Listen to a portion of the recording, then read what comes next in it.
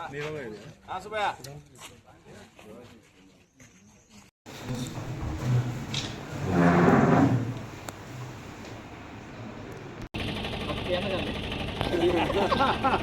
రాజకీయ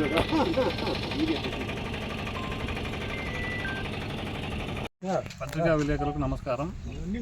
ఈరోజు రాజంపేట నియోజకవర్గ ప్రజలకు తెలియజేయడం ఏమనగా, గత వారం రోజులుగా నందలూరు మండలంలోని కున్నానెల్లూరు సంబంధించిన వ్యక్తి ఎల్లయ్య అనే వ్యక్తి సీఎం రిలీఫ్ ఫండ్ కింద 14 లక్షలు రావడం జరిగింది.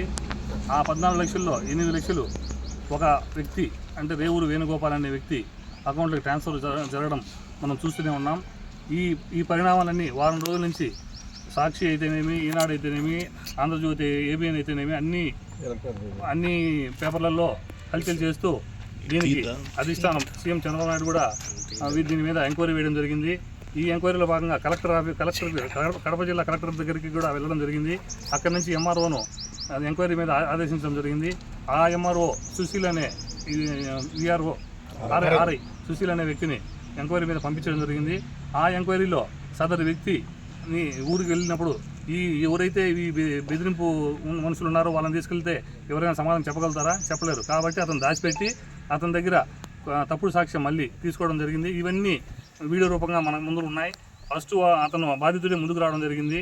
తర్వాత మళ్ళీ బాధితుడిని బెదిరించడం వల్ల మళ్ళీ వెనక్కిపోవడం జరిగింది. మళ్ళీ మరుసటి రోజు మళ్ళీ బాధితుడు ముందుకు రావడం జరిగింది. బాధితుడు భావబంతి కూడా ముందుకు రావడం జరిగింది. ఇవన్నీ జరిగిన సందర్భంలో నిన్నలే మొన్న సదరు వ్యక్తులు అంటే ఈ కుంభకోణంలో ఒక హస్తం కాదు 45 హస్తాలు ఉన్నాయి. ఆ 45 హస్తాలలో ఒకరైనటువంటి బడా నాయకుడు వీళ్ళందరినీ సర్దుబాటు చేసి ఒక చోట కాంప్రమైజ్ చేసి అతనికి కొంచెం అమౌంట్ చెప్పి ఇంకా నువ్వు జోలు రావద్దు, నువ్వు ఏదైనా వచ్చినావంటే తర్వాత నీకు ఉండే పోస్టు అతను ఫీల్డ్ అసిస్టెంట్ ఆ పోస్ట్ ఒకటి ప్లస్ ఇంకొకటి డీలర్షిప్ ఒకటి ఉంది బామర్దికి, దాన్ని కూడా తీసేస్తాం అది దాన్ని బెదిరించి అతను కాంప్రమైజ్ చేసి స్వయానా జగన్మోహన్ రాజు ఇన్ఛార్జి అతని కారులో తీసుకెళ్లి నవలూరు పోలీస్ స్టేషన్లో వదిలి ఆ నుంచి మళ్ళీ అతను తుంటి ఎల్లయ్య అనే ఇంటి దగ్గర కూడా డ్రాప్ చేయడం జరిగింది. ఇదన్నీ ప్రూఫ్తో కూడా మనం చూపించడం జరిగింది. ఇలాంటివన్నీ సాక్షి టీవీలో వచ్చిన కథనాన్ని నేను ఒక వాట్సాప్ గ్రూపులో ప్రెస్కి సంబంధించిన గ్రూపులో నలుగురు వాటిలో పోస్ట్ చేయడం జరిగింది. దానికి నన్ను సదరు వ్యక్తి ఎవరైతే రేవూరు వేణుగోపాల్ చాలా వల్గర్గా మాట్లాడుతూ నన్ను భౌతికంగా దాడులు చేయడం, ఇతని వెనకాల జగన్మోహన్ రాజు హస్తం కూడా ఉంది, వీళ్ళ వల్ల నాకు ప్రాణహాని కూడా ఉందని నేను ఈరోజు ఏఎస్పీ గారికి కంప్లైంట్ ఇవ్వడం జరిగింది. కాబట్టి ఇది ఇంతతో కాకుండా ఇంతవరకు మేమైతే వైఎస్ఆర్సీపీ కార్యకర్తలు కానీ ఎవరు కూడా రాజంపేట కానీ నందలూరు కానీ దీని మీద ఎప్పుడు మేము స్పందించలేదు. ఈ రోజు స్పందించాల్సి వచ్చింది. ఎందుకంటే మేము ఫార్వర్డ్ చేసే వరకే ఉన్నాం. మాకు ఎందుకులే మీరు కింద పడతారనుకున్నాం. మీరే అంతా బయటపడి చాలా వరకు బయటపడింది. దోషులు ఏందండి ప్రూఫ్తో కూడా బయటపడితే మీరు మళ్ళీ రోజు కాంప్రమైజ్ కోసం ఆడ కాంప్రమైజ్ రెండుసేపు ఆడ మీరు కాంప్రమైజ్ చేసుకోవడం జరిగింది. ఇవన్నీ ప్రజలు గమనిస్తూనే ఉన్నారు. ప్రతి ఒక్కటి మీరు ఏదైనా అనుకుంటున్నారేమో మీరు చేసిన దొంగతనం 100% బయటపడింది.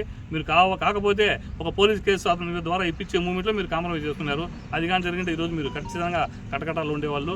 కాబట్టి ప్రజలు అన్నీ గమనిస్తూనే ఉన్నారు.